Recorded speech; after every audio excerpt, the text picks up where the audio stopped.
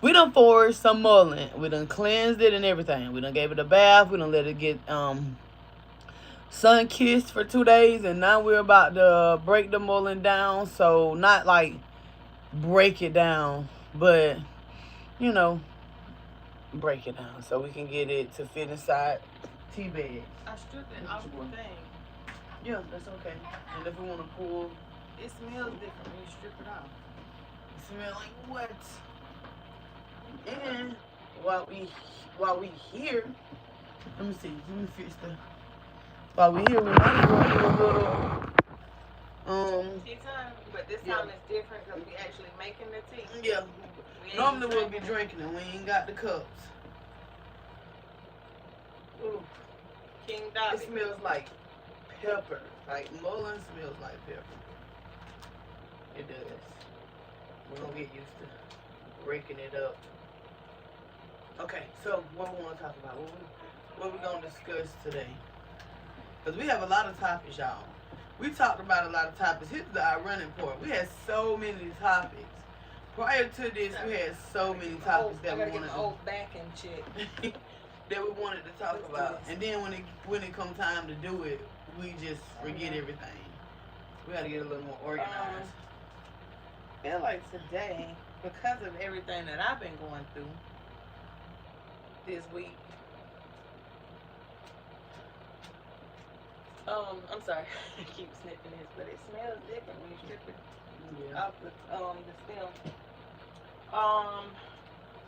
Accountability, man, and unforgiveness. So let's talk about accountability and unforgiveness, because y'all know if you live in, especially if you're an adult, you have experienced one or you done experienced both.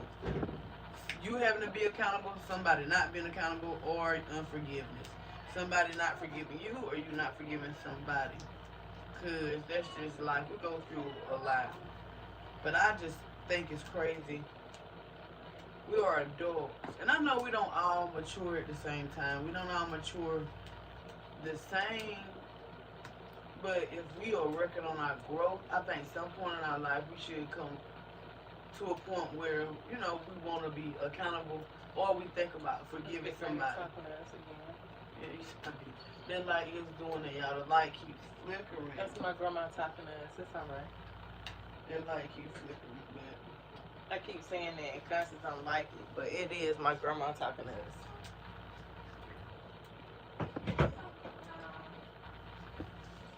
But I don't know. I be trying not to sound I guess I just want to say well that too, but judgmental, because like mullein. Well, we shredded mullein. Yeah, mullein, herb. A little twin. That's not what it is. It's not. It's not. But people do smoke this though. People do smoke mullein. They say it's great for your airways because it clears mucus. It's an expectorant. Mullein helps to get rid of mucus. Mullein, not mullet. Mullet's the fish. Mullein is the bird. But some older people say mullet. It was a video yesterday I was watching with the Charleston Farms, and the older guy, the man, he was saying mullet. It's Mullein. Some people say mullein. I would have said mullein. You would? Yeah, because that's what I see it as when I see the EIN. And some people do say mullein. So I guess, you can pronounce it how you want to. But it's an herb. He said, "Oh, what's mullein?" It's an herb. I let the herbalist over here talk to you about it. She calling me an herbalist, but she knows. She don't want to say. But it ain't that she don't want to say. You sometimes will forget a lot of the benefits and medicinal properties that herbs carry because we study so many herbs. We talk about herbs. We've been making a lot of teas, and some of this stuff start running together. But mullein is absolutely my favorite. One of my favorite besides usnea lichen or usnea lichen. I love mullein because I have children that has asthma. And y'all know cold and flu. Mullein helps to rid the body of mucus, rid the lungs of mucus, phlegm. It helps with bronchitis, bronchiolitis, flu, pneumonia. And back in the day, they used this. But they called it mullet. And Yeah, the Mullein, but you gotta also know that our ancestors, melanated, our ancestors wasn't privy to education like that. So they would say it the way they heard it, not the way they seen it spelled, because some couldn't spell, some couldn't read and write, so the word would get passed down from generation to generation, and they'll be pronouncing it wrong. But it's actually, some people say Mullein, Mullein, and Mullein. Mullein. If you want to go and Google and look it up. But I make tinctures from it. We use it in teas. It's really, really good. And if you guys are interested in some, we go have Mullein for you. This is natural and it's fresh. We foraged this fresh. Not on a busy highway. Actually in my backyard. Okay, one go. Papa. He texting. Alright, that's Papa texting the phone. But anyway, back to the topic of the day, which is accountability. Also to speak to the fact that we don't all mature the same. You could be raised in the house with siblings, and your brain don't all process the same. So like, and being raised by certain people too, they don't raise us the same. So that shape our thinking on it. Yeah, of course. Cause a lot of us have learned behaviors, and some of us just are not aware of like accountability or trying to be accountable. Yeah. Some of us are not self-aware, and some of us are self-aware and just don't care to be accountable. Like accountability is, and pride too. Some of us just don't want to admit that we're wrong or we need to change our ways. Because I'm going to tell y'all, I wasn't self-aware. She's talking about self-awareness. Like coming up, I wasn't self-aware. Let me tell y'all how I learned to be self-aware and how I learned about accountability. And a lot of my ways is through my children. I birthed 11 children. So there is no way I can humanly possible sit back and say none of my children act like me. But because of I'm a huge believer in God, and I do believe in honesty. I believe in being truthful. So I have to live in truth. That's the only way I can really say I believe in the Lord and really honor God and reverence Him is through truth. So I have to be open to the truth, and that's what helped me to be self-aware and accountable. You also want to raise good people. Like you're responsible for how these children view life and morals and things like that. If you don't have any morals and you don't raise them with any morals, then a lot of times they're not gonna have them. They're not gonna know certain things because they learn from you. They mirror what they see in the household that they live in. So you want to raise good people. So if you understand that you're not a perfect person, which none of us are, and it causes you to be self-aware. But I feel like, though, we should strive for that. We really ain't going to be able to be perfect, but strive to be as good as we can. You know, our best version, the best version of ourselves. Right. I'll say that. But I know you used to couldn't tell me nothing. And I can say that now because I'm growing. I'm an adult. And I've heard people say that before to me. That's how I know it's got to be some truth in that. And I want to be the type of person where I'm living in my truth. Like I want to be honest, and I want to be somebody that you can, you talk to. But I have one of my daughters, 2 of my daughters, 3 of my daughters are for real, just like me. And I have a hard time like trying to tell them things. And I'm like, they got to get this from me. It's got to come from somewhere, y'all. I'm just a realist. I'm a person that's real. Like, I don't care if it hurt my feelings. I don't care if it hurt my pride. I just got to be honest and self-aware of myself and how I am. And I don't want to be around nobody. I'm going to tell y'all, this like a little, not a motto, but this is something that I have been living by. I don't want to be surrounded by or around nobody that can't admit what's wrong about them.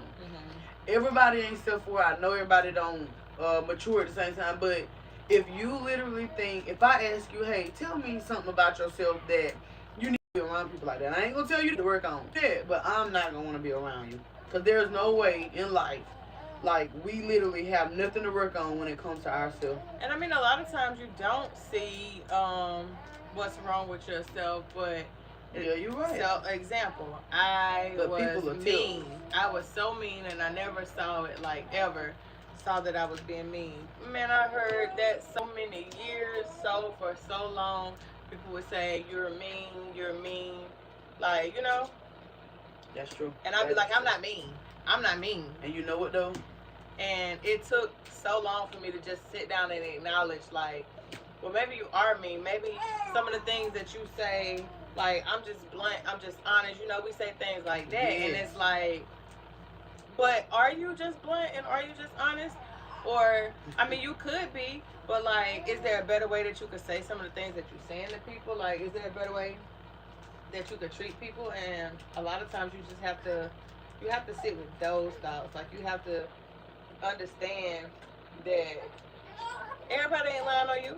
My daddy used to tell us growing up, if everybody got the same opinion about you, yes, and none of them have anything in common except for knowing you, you're the problem. Yeah, that is true. And you know what I want to add to this, because you were saying that you mean, but you didn't know it. Now, my family, it could vouch for my dad is one of them, because he used to say it a lot to me. And people used to tell me that I was mean. But you got to think about it. I'm not really thinking I'm mean because my best friend, she told she mean. I'm told I'm mean. We both been friends. We both been friends always together, and we think we just blunt. We sit there and make excuses for each other if you really want, because we thinking ain't nothing wrong with it. We just being honest. You know, we talking to people. We just being honest with this person, and maybe they don't just. Maybe they have the problem because they don't want to. They don't want to hear what you got to say about them, and you just being honest. And the reality is, baby, we wasn't just being honest. We was just being mean. And I didn't think she was mean because I was mean. And she didn't think I was mean because she was mean. So, you know, and we didn't hang with a lot of other people. We didn't hang with nobody. It was just us. So we ain't got nobody to be like, you know, there's not a third person. They had an outlook and be like, well, you know, y'all are a little bit mean to people. To us, it was just the norm. And maybe that in itself was mean because we wouldn't let nobody hang with us. Like, we were always fun. We was mean. Looking back at it, because a lot of people wanted to hang with us. We had a lot of people. People call me all the time asking, you know, where y'all going? Because we used to like the club when we, you know, graduated and all that. And our 10 years, and there was a lot of people we just did not want to fool with. And we didn't, y'all. We just stayed friends with one another.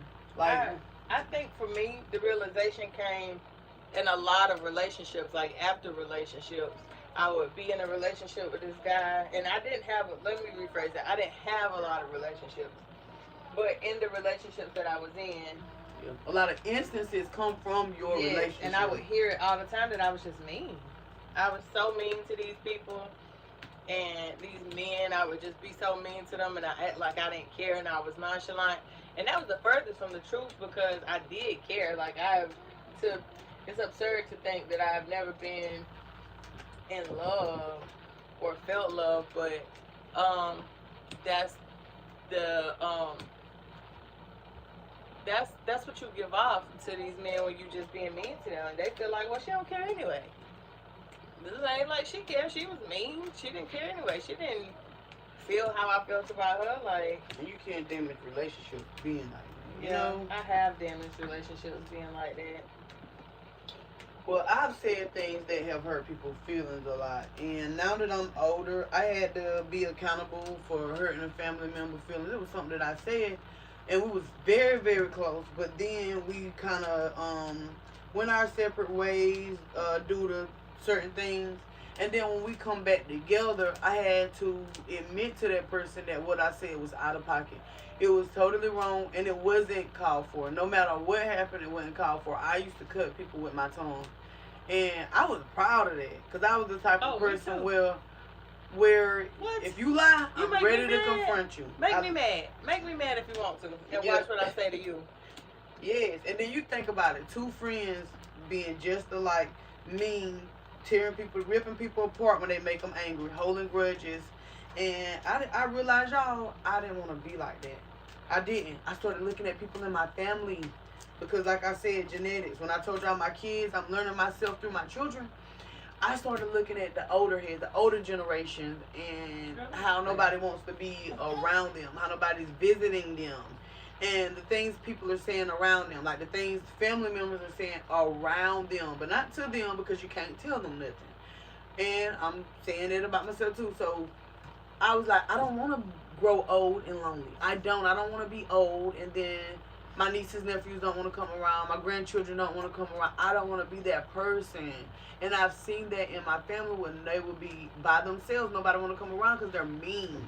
And I don't want that for myself. I don't. Y'all, 11 children and nobody come around. Like, I literally have given up my life for my legacy, for my children, for my grandchildren. And that would suck for me to grow older and be distasteful, bitter, mean, and nobody want to be around. I am working on it though. I'm aware, like Chantel said, talking about self-awareness.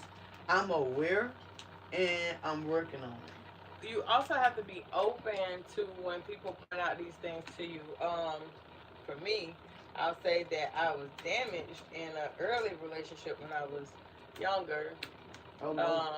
Damaged in a relationship. So any other relationship I went into after that, I took that damage in there with me, you know, or trauma with me, and so I was mean. No type of tolerance.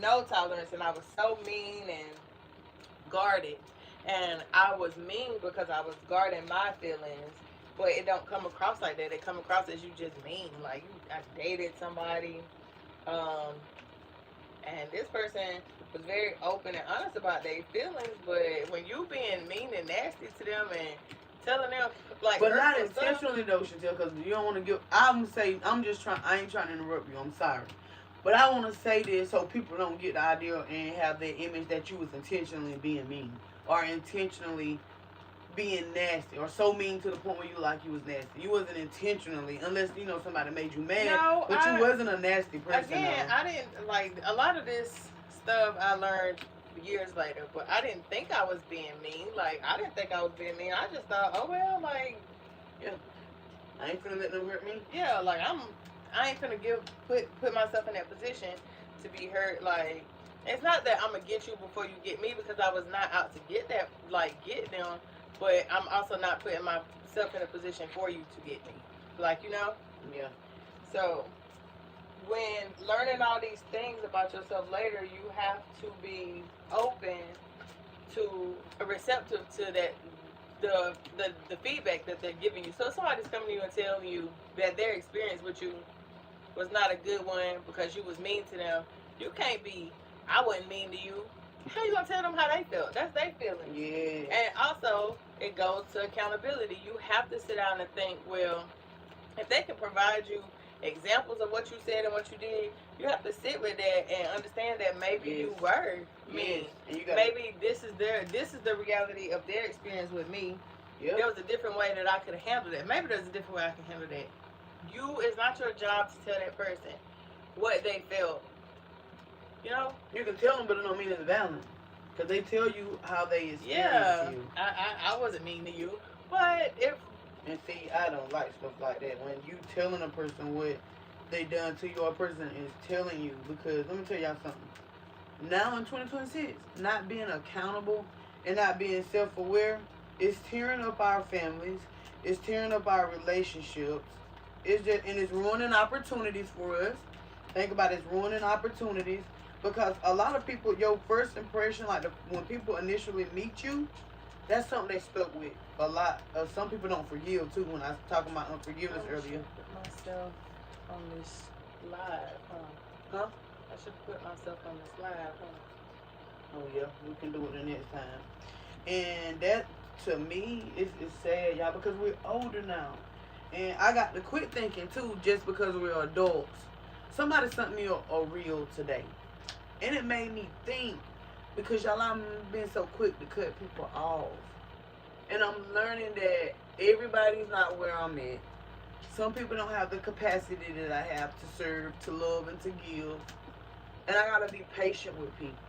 But I'm gonna tell y'all what I'm not tolerating is I'm not tolerating the negativity, the drama, the gossip. I'm not tolerating that from nobody. I don't want that around me. And I will hope if I tell somebody that they are aware. Because 2025, y'all, I've separated myself from a lot of people. A lot of people that I love. And it was the simple fact that they don't let you tell them nothing. They won't let you get nothing out. They're not self-aware. They're not being accountable. And when you tell them, you know, well, you're this, you're that, you're doing this, you're overstepping your boundaries, you need to mind your business, you need to do this and that, they won't just listen and receive it. That's when I knew that people couldn't tell me nothing. It don't matter where I got it from, because of course you want to give an excuse. Like, you know, saying that, it sounds harsh. But I can say that about myself because I'm being aware. And I can say it about myself, it sounds very harsh, but it's true. If you can't just listen to a person talk to you, you always got a rebuttal. They can't tell you nothing. You're driving people away. You're pushing people away. And I don't want to be like that. I want to be able to sit down and listen. Because when you love, you listen. If you genuinely love somebody, you listen to them. And nowadays, y'all, relationships are just horrible now. Like, it's y'all see what it's like. Y'all see how the world is going now. And then you got some people want their relationships like these music. These videos. These songs, the rap culture is horrible now. Women don't love men no more. Men don't love women no more. Men are not trying to take care of women no more. And women are not trying to be wives or loving, you know, understanding, nurturers. It's crazy. That's why we have so many channels and podcasts about relationships now.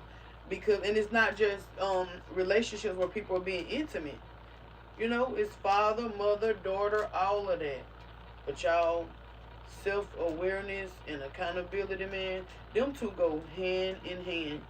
Can't have one without the other. And if you're working on one, hopefully you'll work to get to the other.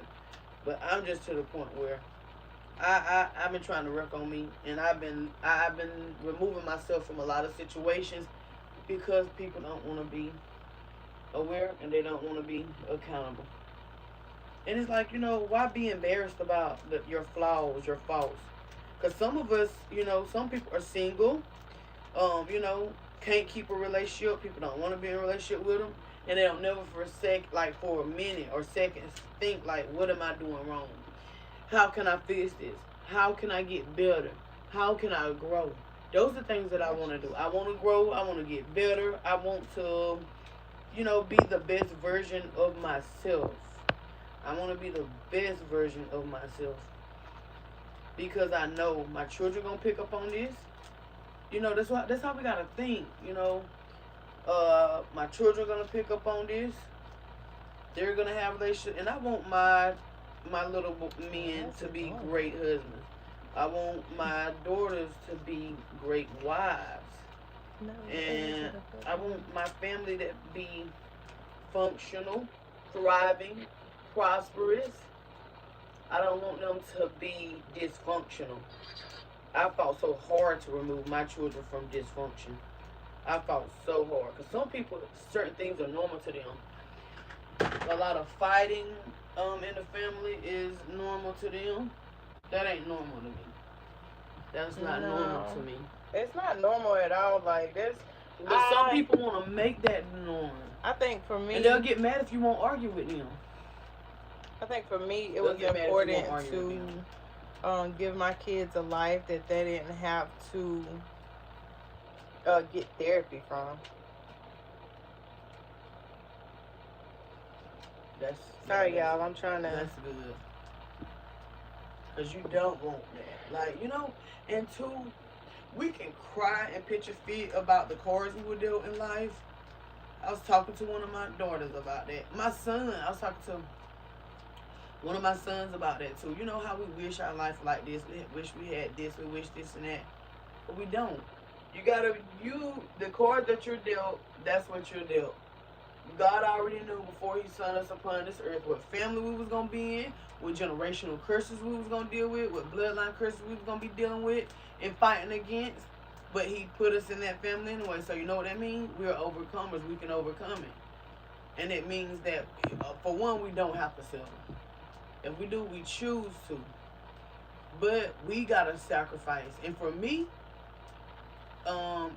even if I don't like to say black sheep, not supposed to say you always got black sheep in the family, or no, to me, because it's the way some folks make it seem like the black sheep is pitiful. I'm not pitiful. I'm an overcomer. I'm victorious. I'm not pitiful, but I am different. I'm very different. I know it. I hang by myself. Very little people, very few. But if I got to be the one to want to change certain things, in my family or for my children, I don't mind, being the one that some people would say the black sheep. The black sheep is a loner.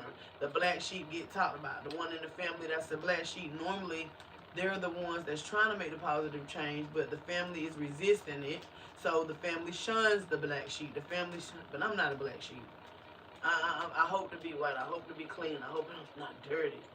But there's nothing pitiful about, being a trendsetter. There's nothing pitiful and bad about breaking generational curses. Because really that's what it's about. Yes. It's about, I mean, you should be striving to break generational curses anyway, like in your family. Especially if you notice and you know what the pattern is, and you see it, you should be trying to do that anyway. Yeah. That's how I feel anyway. Like, every family has a generational curse of some sort. Yes. It's, up to you what you do with it. If it's not a problem for you, then it's probably going to keep going. Oh, it is going to keep going. It's going to get worse, too. It's going to get worse. And the things that our children and grandchildren going to be exposed to, it's going to be horrible, y'all. It's going to be horrible. And I don't want my children. I've been talking to my kids about a lot of things. I've been talking to my children about a lot of different things. And I talk about myself to my children, too. And I apologize. Oh, boy, that's a big one. Yeah, I feel like in the black community, What can get you. I know, I'm finna do that. Oh, yeah. Black community, the adult. Apologize to your kids? What? You right. I don't like it. In our culture, a lot of the adults don't. Some of those do and some of those don't. They feel like they don't have to apologize. They don't have to apologize. Because they're the parent and what they said, we do this thing. We do this thing. But we're wrong sometimes as a parent. We're wrong. We're wrong a lot of times as a parent. I feel like we do this thing as parents where we know we're wrong, and instead of apologizing, we do something like go ask our kids if they want to go to the store so we can buy them something. And why to me, like, if we're that way, I felt a way a time before, which just proves that pride. Like, we have so much pride, because why is it so hard to apologize? Like, for real, just think about that. If we wrong one another or wrong our children, why is it so hard to apologize? Like, that to me makes me think like accountability. Something really wrong with you. You're right. A person that can't apologize don't take accountability. It's accountability. But it shouldn't be that hard, y'all, for us to apologize. That's something else that I've been working on. Like, thinking about that. Like, if I can't apologize or I can't admit I'm wrong, like, something's really wrong with me. And I don't want nothing to be wrong with me. I want to be better. Because I know the way I treat my children and the things that I teach them and pour into them, they're going to pour it into their children. It's going to keep going on and on and on. Yeah. And if you want a family full of chaos, because y'all, I know some families like this. The family name is horrible. When people hear that family name, they're like, oh, they don't even want to get involved with the people. But not only that, it's chaotic. The family is chaotic. And I don't want that for my children. And it could easily happen to any family. Where there's no order or structure, there's chaos and dysfunction. And I don't want that for my children and for my bloodline. I don't want that. Facts. Again, I'll say it again. I'm trying to give my children a life that they don't need therapy from. But that's a good thing to do, though. That's a good thing, a good way to look at it. Because if our children don't need therapy or counseling, and we not gonna get everything right. Sometimes they can need therapy and counseling, but it's not from us. Like you may be trying to provide, because I think about my situation. You may be trying to provide a life where it's peaceful, it's calm, it's nurturing, but they can have outside influences from other family members that's trying to destroy that. I don't want it to be a life that they have to get therapy and heal from me. Yeah, I don't want to cause that trauma on my kids. No, I know what you mean. I don't want to be responsible for that trauma. And I mean, you're right. Like, we can't stop all trauma from happening to these kids. Like, you can't avoid everything. We can't. We can't, but it's sad because it's like sometimes though you can't even come together with other people to make it where the children are healthy and whole. I deal with that, battle with that. Man. Like I'm an upbeat person, happy. I like to be positive and like to. But for some people, they're not like that, and they are negative, and they no matter how much positivity you bring to the table, how much sugar you bring, baby, they got a brick of salt for every little pinch of sugar you have. I don't even gonna say a brick of salt for it. These like you could genuinely know how to communicate with these people and communicate the best way that you can without arguing. We were just talking about that. We said arguing. In the South, boy, they say arguing. And now she's without it being a problem, without it being an issue on your end. But some people are committed to chaos. Some people are committed to being mad and there always being a problem. So it don't matter what you do and what you say, it's always going to be a problem with them. And those people, I don't care who they is. Don't care. Mama, daddy, sister, brother. My kids' fathers don't care. I will cut communication with anybody that want to argue with me. Because I don't argue. I cannot do it. That stuff is bad for your health. I was in therapy for 2-3 good years for anxiety. And a lot of that stuff come from chaos. Like, I didn't have the best childhood growing up. I wasn't raised the best. 432.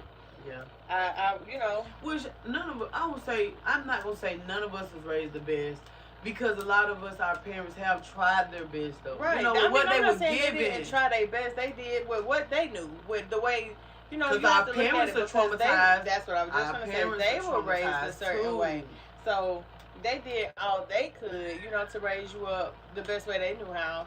And sometimes it gives you trauma. It's just what it is. So chaos and arguing and being loud, and I'm going to tell you now, I don't do well with loud and hollering. I don't do well with that at all.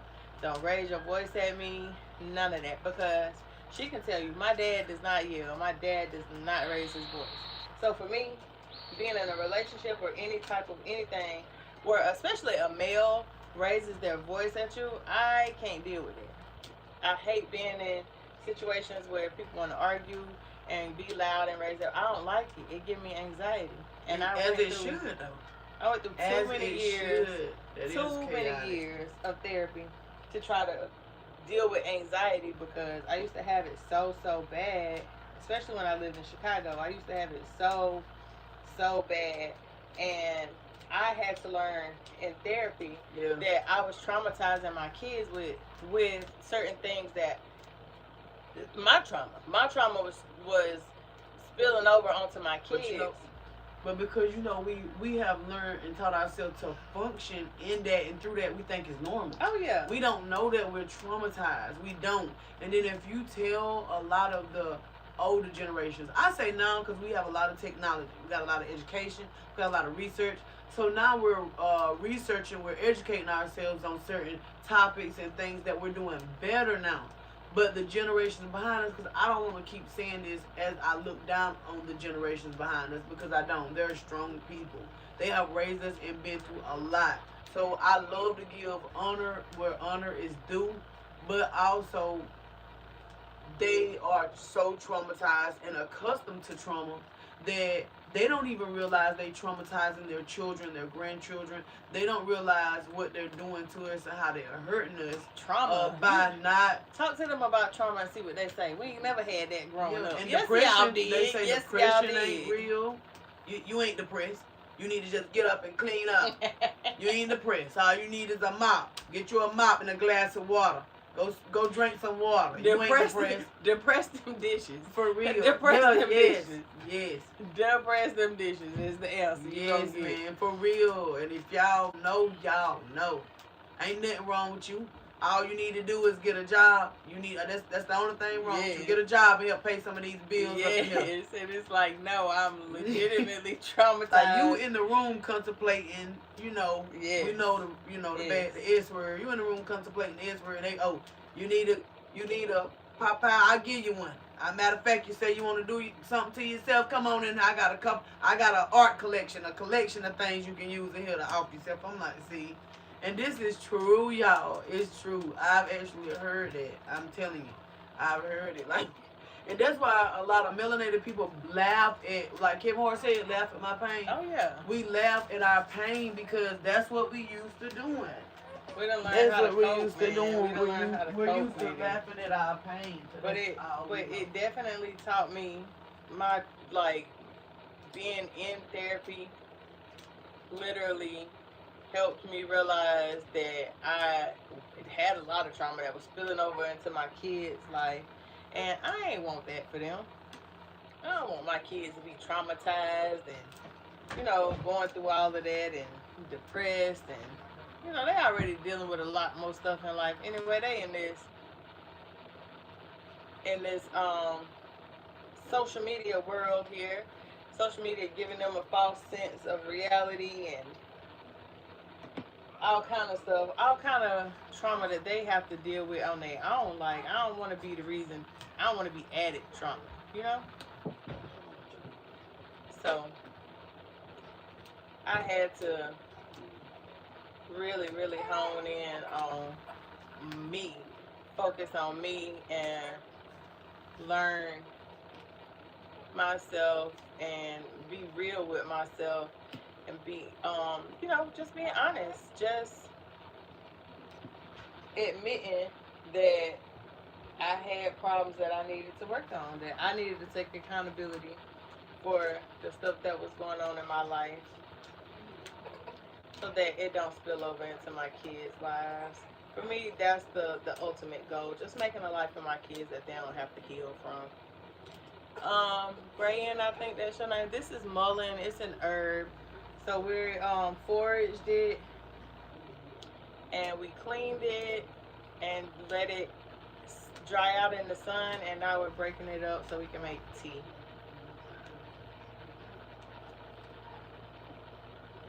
It's a lot of it, so we've been just sitting here breaking it all up, going through, and having a little chit-chat with y'all about life. So yes, let me tell you. Life be lifing. It be lifing, and a lot of times we don't have people we can talk to. Like, that's another thing, y'all. We don't have people that we can talk to, you know, that we can trust. That when we confide, confide in people, that they don't go and tell it, because family gossips, and they don't be gossiping to trustworthy people. That's another thing. They don't. Seriously, some of them don't. Like, I literally had a family member say, yeah, did you do this, do that? And I'm like, how do they even know? I never even told them that I purchased this or that I went and got that. And I'm like, how would get out that fast?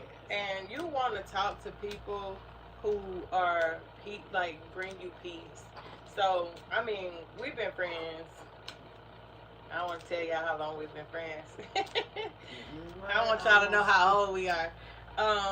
We've been friends for a long time. That's all I'm going to say. A really long time. So I trust that what I say to her won't go to an outside source. Yeah, because you know, you've never heard your business being repeated to you. You know why? Because I'm not telling nobody. I get offended. I'm not going to lie to y'all. I get offended if somebody says that you're their friend and you, quote, you're telling people they business that And I'm not talking about you're aware of your friends with a mutual person you're aware of. So, no, I'm not talking about that. Because in cases like that, you are going to be privy to certain things. And I'm not. But I'm saying, you know, your circle and the people you're around do not like your friend, not close to your friend, or have your friend's best interest, and you spilling the beans. And you just don't do. That's a big no-no for me. And I X people out for that. I got a bad habit. I'm trying to get better, y'all. That ain't no bad. With crossing people out. No, that's I be crossing people out and not wanting to deal with them. And that's how me and Chantel's friendship has lasted for so long, because we have zero tolerance for that. And we just I'm not gonna tell your business, and I know you're not gonna tell mine. And it's also to the point where I know that if I go to her with anything, like anything personal, or you know, sometimes we have to check ourselves, and our friends could, you know, your friends could check you too. Yeah, I feel like anybody. Everything. That's what I was gonna say. I feel like anytime you go to your friend and they 100% just don't think you did nothing wrong, that's not a friend. Y'all both a problem. Because I know I can go to her and she'll tell me, hey, you was wrong here, or you know, you weren't wrong, but you know, things like that. So I ain't, again, it's all about self-awareness and accountability. You got to be able to handle that type of relationship, though. Like, you got to. Some people get mad at you. They will tell you to be truthful with them, and when you're truthful with them, they will cut you off and get mad and then go tit for tat.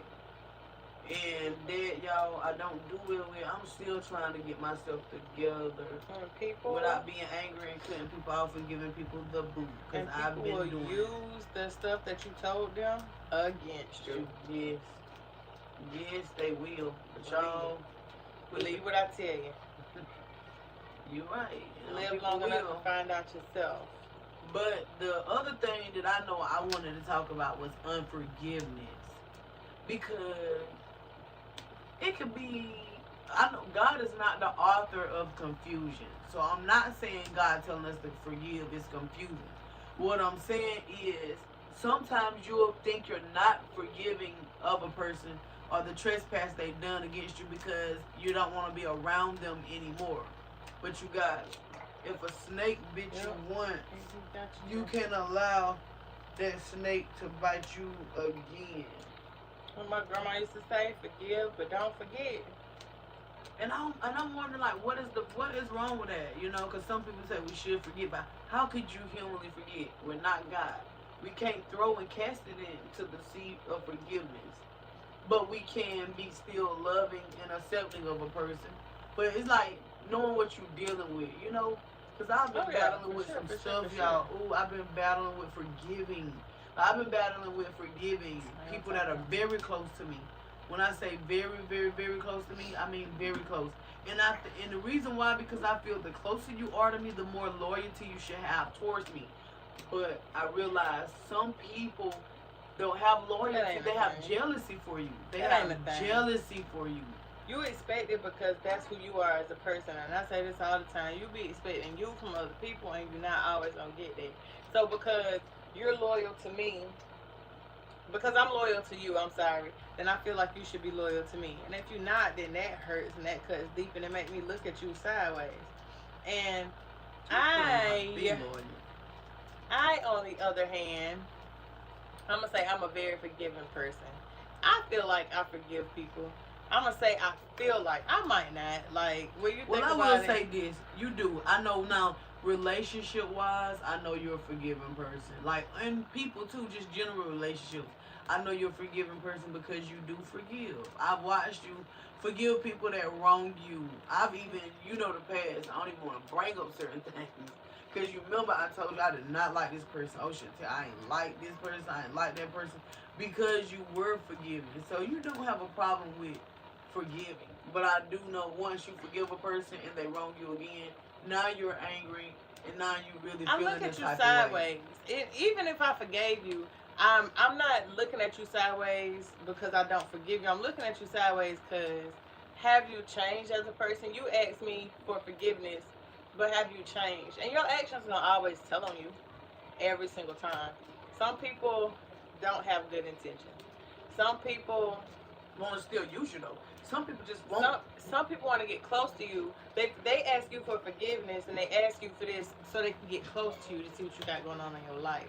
Yep, and not only that, some people ask for forgiveness because they want to be able to benefit from you. Yeah. They want to benefit from you. They want to still be able to use you, and they know you're a good person with a good heart, and they want to have access to that. And you guys, I'm struggling. I'm trying to learn. You know how to say it's a thin line between love and hate? I'm trying to learn, like, okay, I know everybody shouldn't have access. Huh? Where that line at? That's what I need to know. Where that line Oh, yeah. I'm trying to learn what's too much access and what's not enough access. But I do know, y'all, I have been trying to get me together. So I've been separating myself from family members, associates. I'm just time out for a lot of things. Same. And I've been accused of basically, I guess, being mean or being hateful. But people will say that, though, trying to make you... People will try to manipulate you. Yes. And make you deal with them. That's what it is. People will try to make you deal. Well, you don't want to... You hang with this person. Well, you don't want to do... You don't never want to hang with me. Because I remember the last time I hung with you. And the whole company finna fight. I remember the last time we was around each other. It didn't turn out good. I don't want to hang with that. I separate myself again from chaos. I don't want to be in the middle of chaos, so I separate myself from chaos and anything that makes me feel anxious. Anything. If a person make me feel anxious, and anytime they call or I see them or whatever, and that anxiety flare up in me, it's a no for me, dog. I don't want to deal with it. If I'm around somebody for real and I get anxious and my nervous system start acting crazy and doing that, it's a no for me. I ain't doing it. I won't answer my phone for that person. I won't nothing. What? I can't. Ooh, nah, that brought up a good one to me. Is it just me or, like, y'all, why have we been made to feel we owe people explanations? Like, if they call your phone, you gotta answer. Or if they text you and they ask you a question, you gotta answer them. That's my phone. And I forget, I'm an adult. I don't gotta answer my phone. They'll call back again to make you answer. And listen now, if you're close to me, like Chantel can do that. My close people know who I'm talking about. We close, you can do that. You can call me back to back to back because you're telling me like, hey, Constance, I need you to pick up. That's fine, but I'm talking about when people are wanting to argue, you hang up on them because they won't hush. They will not stop arguing. You hang up on them and they keep calling you back as if you owe them that space for them to continue to dump filth and poison on the inside of you. And I said, you guys, 2025, 2026, 27, however long the Lord let me live, I'm not a dumpster. I'm not a trash can. I'm not allowing people to dump their filth out onto me anymore. I'm not gonna do it, and I don't care how they feel. And you need to be the same way. You don't have to allow people to dump their trash on you. You or pay that phone bill. That's how I feel. That's me. I pay my phone bill. So if I don't answer for you, yeah, but you got people that'll get mad with you, Chantel, because you're not picking up. Be mad, baby. And then it's like if you keep calling me, I'll put you on the block list. And then you got some folks, they only call you when they got a problem. They only call you when they got a problem. And I'm like, Lord, am I wrong for not wanting to talk to these people and deal with them? Because I know they're not calling to say, hey, Constance, how you doing? Oh, I just calling to see what you're doing. Yeah. No, just checking. They finna pile up or dump this on me. They don't even give you time to say, hey, or nothing. They don't ask you how you doing or nothing. You answer the phone, they be like, well, listen, I was, yeah. Or you be like, what you want? And they be like, how you know I want something? Because you don't call me until you want something. And now some of us have those relationships where we just, it's just business.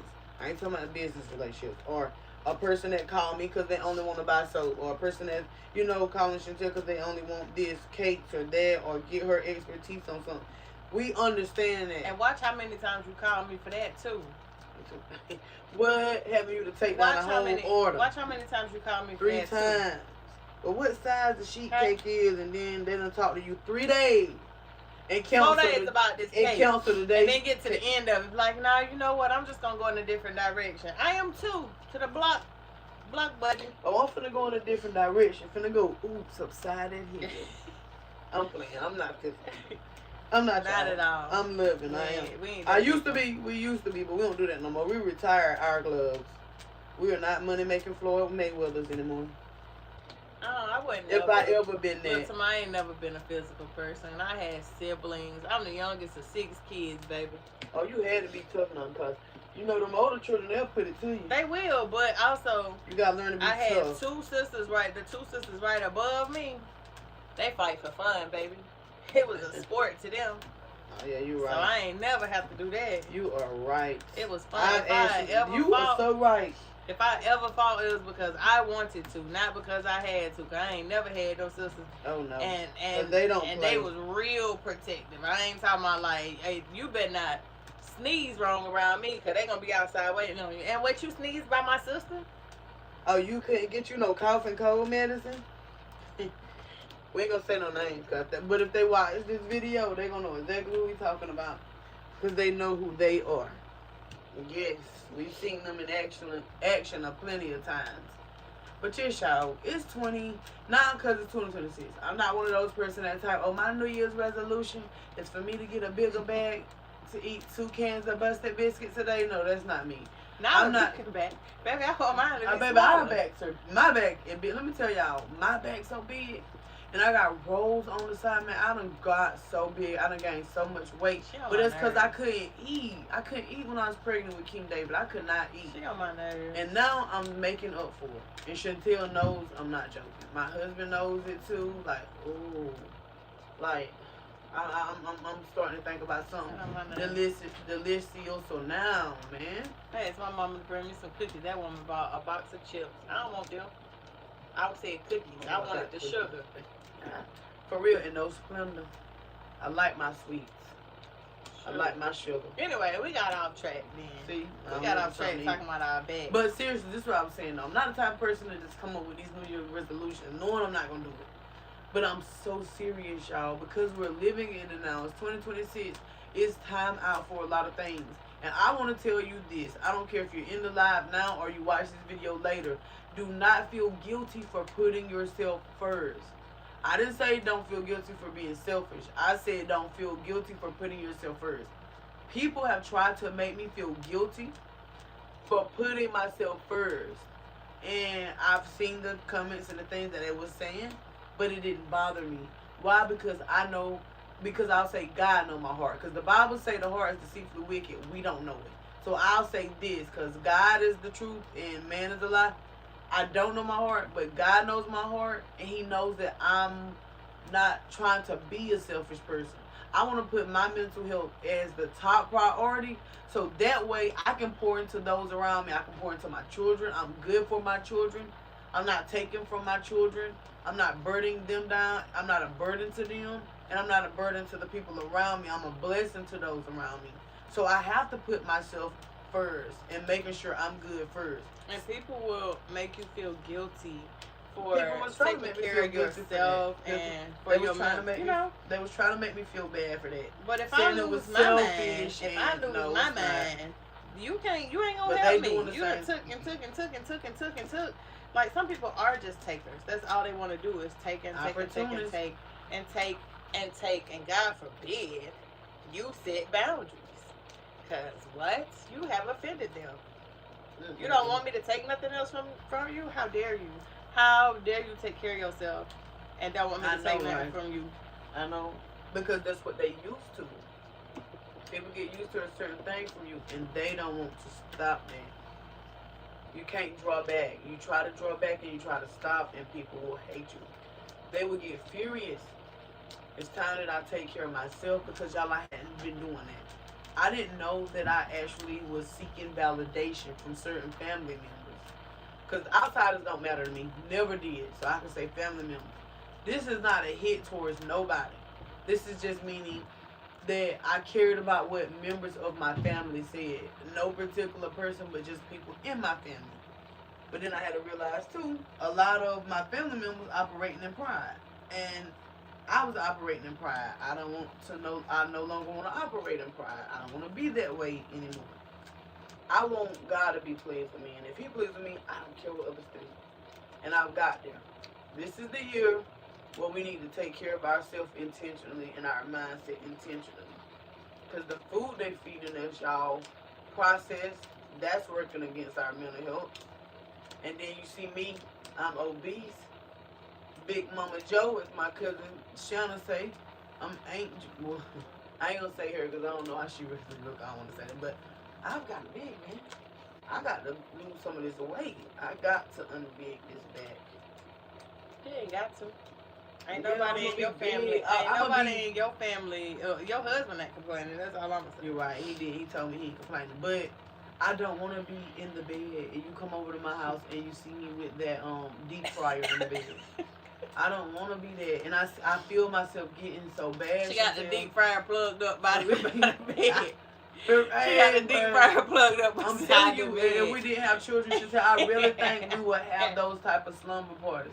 Because before Chantel and our family started expanding, and before Chantel went off to college and all that, y'all, we always lived together. Like, we'll have our own house, but we'll house ourselves at each other's house.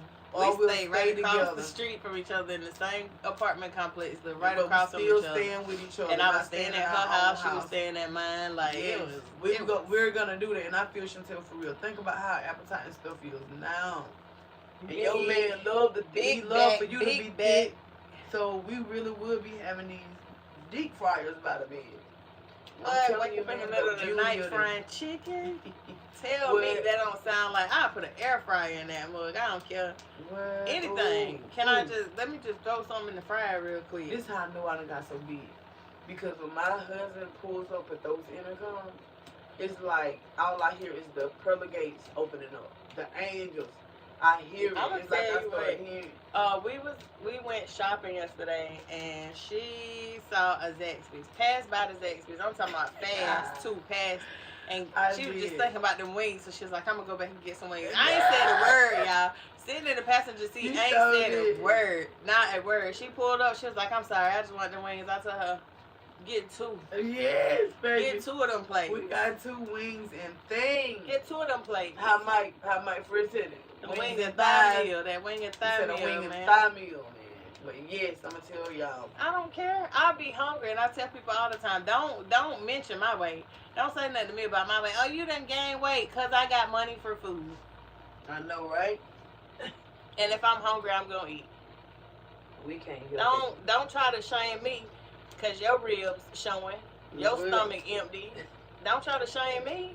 I'm not shamed. I gotta get some of this weight off me though, man.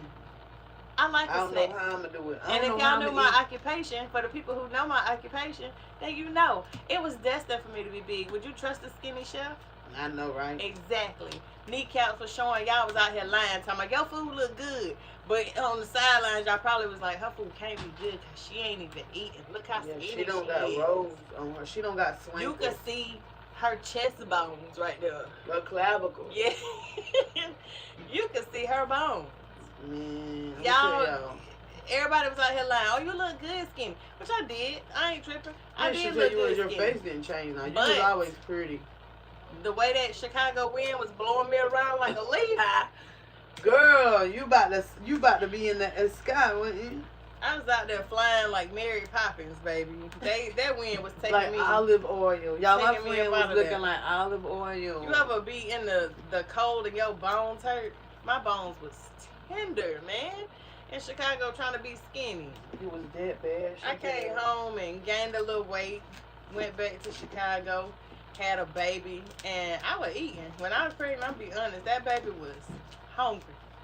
I couldn't eat. I was so jealous of how you was able to eat. I wasn't able to eat, y'all. And that's why now I done picked up all this weight, because after I had my baby and got him out, I was able to pig out. I was picking out the whole time I was pregnant. And then you nursing? Oh boy. I'll tell you one thing. People don't tell you about nursing. They don't tell you about that craving. They don't tell you. They lie to you. Oh, you'll lose your stomach if you nursing. Lies. You ain't losing no stomach if you nursing. That baby, think about it. That baby sucking your nutrients out. Yes. You finna replenish yourself. Every time he ate, I did too. But every not time only we that, ate, I was did going too. to the Circle K, and I was buying me. I'm telling you, Reese cups.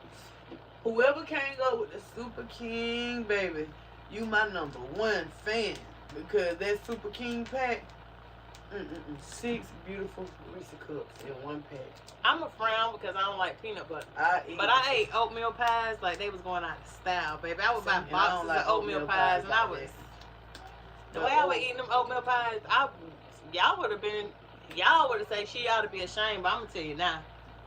Wasn't no shame nowhere in there. I was eating them oatmeal pies like it was going out of style. I'm telling you, it's something about it. Breastfeeding make you crave. It make you hungry. And don't nobody tell you about that. I ate. That's what I'm trying to tell y'all. And newborns was eating. And newborns was eating every 2 hours. So imagine what I was doing. I eat. He waking up in the middle of the night for a snack. So am I. I want a snack too. You're gonna be hungry. What you thought this was? You thought she was the only one eating? And he was, now I think about it, he was drinking that milk, cause them oatmeal pies had that milk sweet. Yes. My cravings was Snickers with almonds in them, and Reese Cups this time with more. I'm trying to think without more what chocolate it was. Every time I breastfed, especially without more in their motion, it was Snickers almonds. I ate. Y'all, she was buying the big ones. Yeah, I came to her house and she have packs of them, and she giving you one when you come in, like, you want to snip it? Like, what's this, the store? I couldn't help it. Like, I spent hundreds and hundreds and hundreds of dollars on Snicker almonds, and this time, Reese.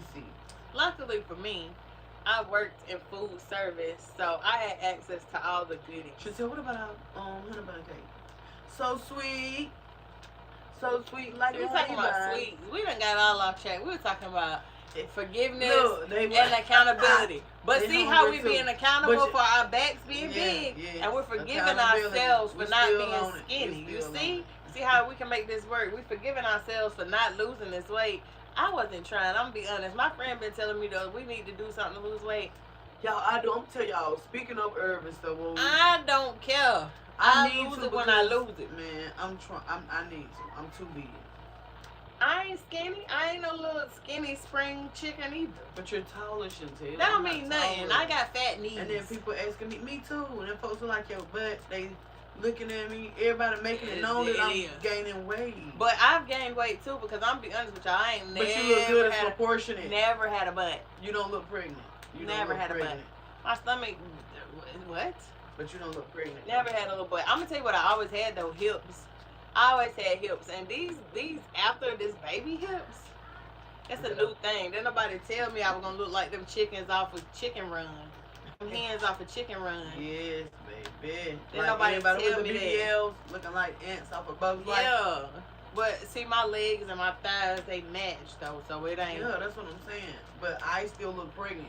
That's the thing. I should have lost the weight first before picking up weight, but I didn't. I got big on top of big. It's alright. Ain't no, like we said, ain't nobody. Ain't nobody right. Our man ain't complaining. Ain't nobody complaining about it. If I lose a couple of pounds, we ain't gonna talk about it. Ain't complaining. We ain't gonna talk about it, Kyle. She right. They're not complaining, but I'm just saying. If I lose a couple pounds, it might be a problem. It might be. See. I'm gonna lose about 5 or 10, and I'm gonna lose about 5 or 10, and that might be a problem. Girl, that might be a problem. And she laughing because she know it's true. Yeah. She trying to laugh it off. He ain't letting you lose Don't you trim that fat. She will kill me. Yes, man. You can't tell that I keep telling her we're going to go and get on this shot. And I don't care what y'all say. Don't come in these comments talking about, well, the shot this and the shot that. You do what you got to do for your health. This is my body. Why you care? Why you care? Because if I decide to shoot myself up for a couple months and drop some weight in 2.3 seconds. Yeah, but the reason why some folks been saying things about them shots because some people been looking like lollipops. Y'all see how I look? I got a long way to go before I look like a lollipop. They been skinny with a long head. I got a long way to go before I look like a lollipop. That's for sure. We ain't looking like no. That's we finna ding ding for the box. I ain't looking like a lollipop no time soon. That's for sure. I'm sorry. Y'all see my hands in the back? I'm coughing, literally. But this is how I'm doing now. I got my hands back here, so I'm not coughing in front of my hands because, you know, we're breaking down this herb. Let me tell y'all, when y'all breaking down mullein, the little tiny silica, the little tiny hairs. Take your allergy pill. Take your allergy pill. Take an allergy pill. Take an allergy pill. It's not making my allergies. I ain't lying to you. I sat outside with her the other day and cleaned out this mullein. I woke up the next day. She told me, you want to ride with me to the store? I was like, my throat's sore. I got a cold. Allergy. No, it's the, see, I'm short as Chantel, so I'm sitting closer to the containers. It's the hairs on the mullein. So listen, you have to have tea bags, man, for this mullein, because this mullein, those little hairs, those little fine hairs, I got to stand up.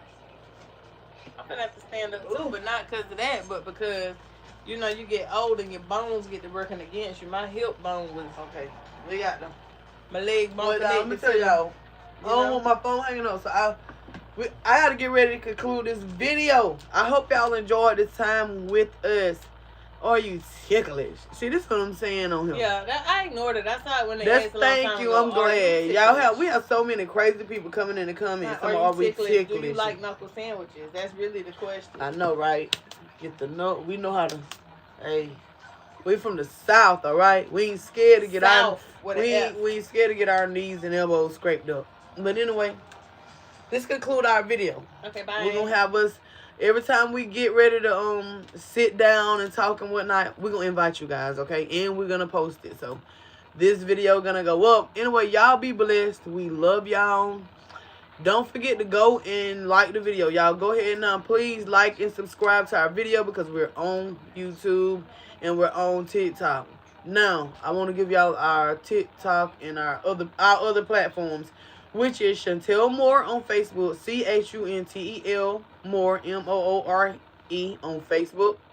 And mine is Lather and Love on Facebook, LATHER-IN and then space love. Okay, so that's us on Facebook. Instagram, I'm Lather and Love again, Lather and Love, and TikTok, Lather and Love Family. And on Instagram, what you are? On Instagram, I'm Crazy Beauty 88. And on TikTok, I am Chantel Danielle. Don't think you know me because you don't. See? Because you don't know me. Y'all go and add us, okay? Go and add us because we're trying to build our following. And ooh, the hat. Let me go because I'm going to tell y'all. Get you one. You talking about allergy pills. Let me see. That's it. That's all.